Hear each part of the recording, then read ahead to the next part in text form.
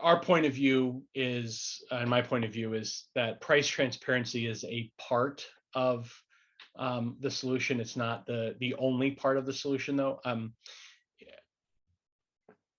Healthcare is different than other consumer behavior, right? You don't buy healthcare because you want to. You buy healthcare because you need to.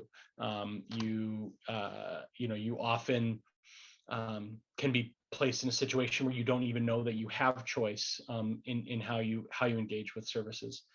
But what we see is an evolution. Payers have engaged with their members over the last 10 years or so around transparency, and are finding ways to engage with their members in new and interesting ways. People are starting to ask for and think about this information. So I would agree with folks that would say that price transparency isn't a silver bullet. It isn't, but it's definitely a key and important component to having people make decisions about healthcare that are cognizant of cost and quality, right? So you got to be able to do that work. And without the information, it's hard to blame people for not seeking out prices when they don't have it available from their payers. And so we see this as sort of a necessary step to begin that evolution of people thinking about, what are the implications from a financial perspective, from a network coverage perspective, from a quality of care perspective. And price is part of that. It's an economic decision that you're making, and so you need to know what it's going to cost to be able to make that choice.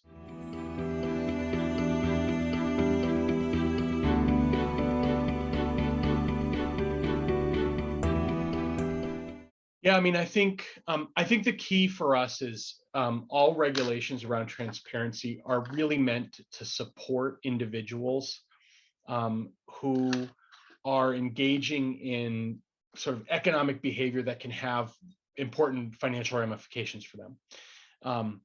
Releasing data, which is what today is about, really is a part of that, but it can't be the only part.